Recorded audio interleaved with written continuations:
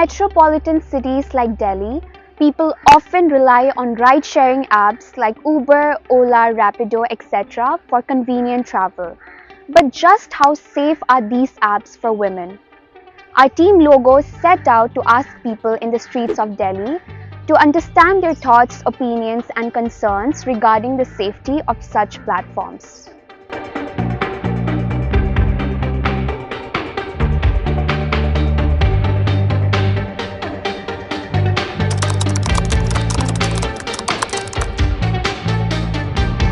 Definitely, it depends firstly on the time of the day.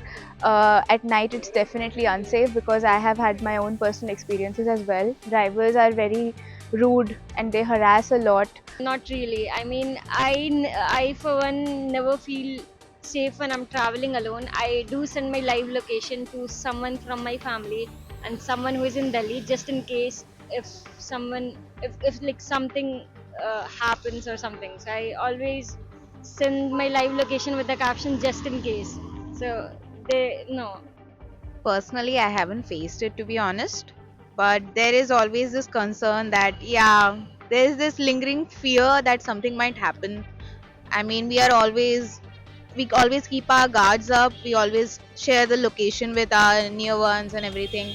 So, yeah, I mean, at late night when we are out somewhere and we have to reach somewhere, generally I try to approach someone I know and take a lift from that, because most of the time I don't find cab services that reliable.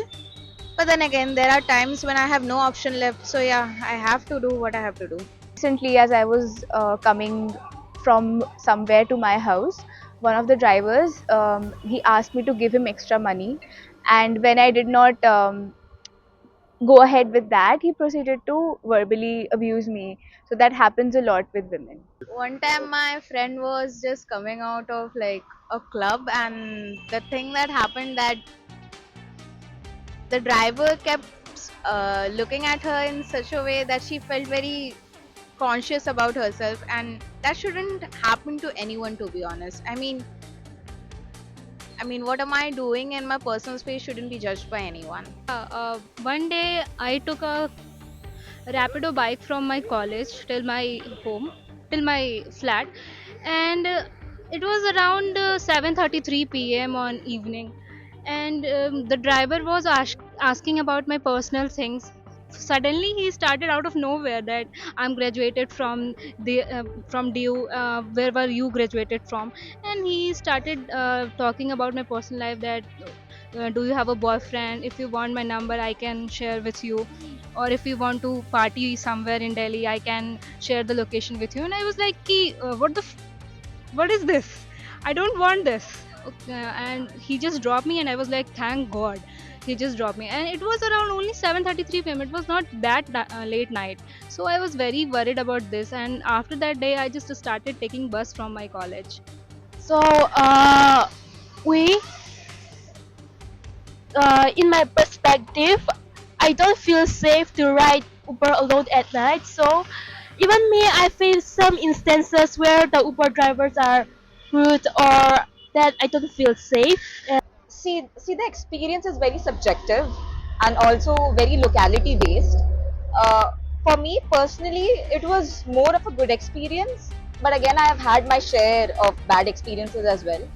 uh, as far as I can recall, I can only recall one incident which happened like 2 months ago, where I had like booked an Uber, and for some reason I had to cancel it while the Uber wala had like just reached my building. And I did cancel it and did everything. I don't know why he, because they have access to your phone number, right? So he WhatsApp called me, and he tried to like snap at me that how dare I cancel.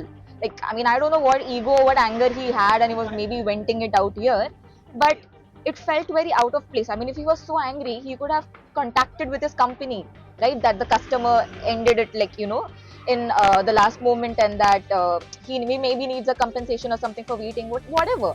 But it's more like a privacy breach, because you're not allowed to contact me on WhatsApp by any means, right? So I did not pay any attention to his messages, or he was sending me voice messages as well, like trying to like, I just heard one, and then similar to them were like more messages.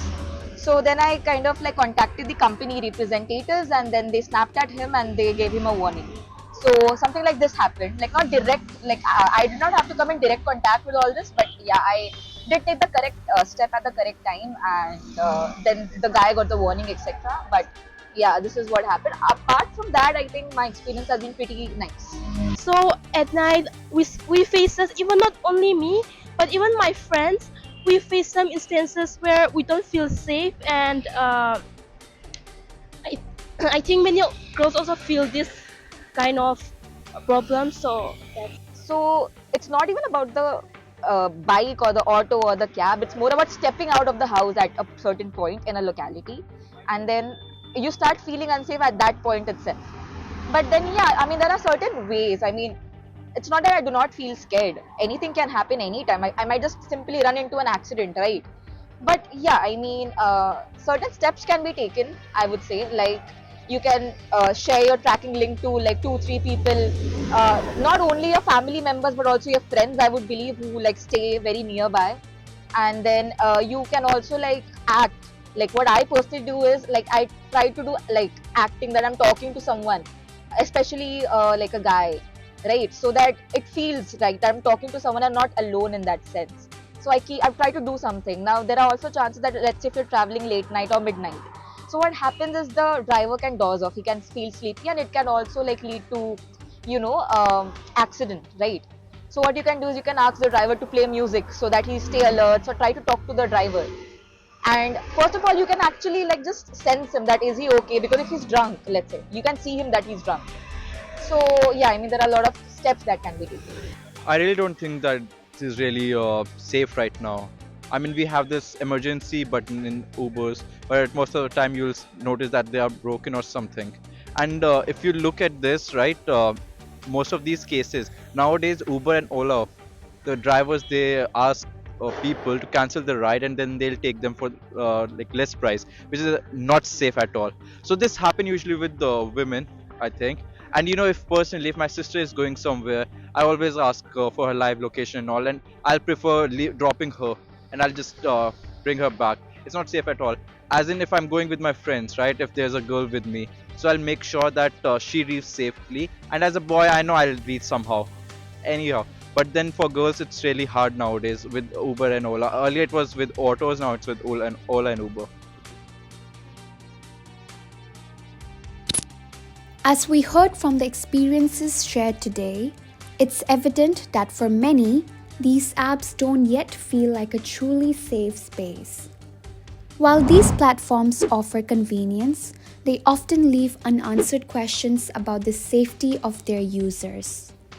It's time for these companies to not only provide rights, but also ensure accountability, transparency, and most importantly, a genuine sense of security. Let's keep this conversation going.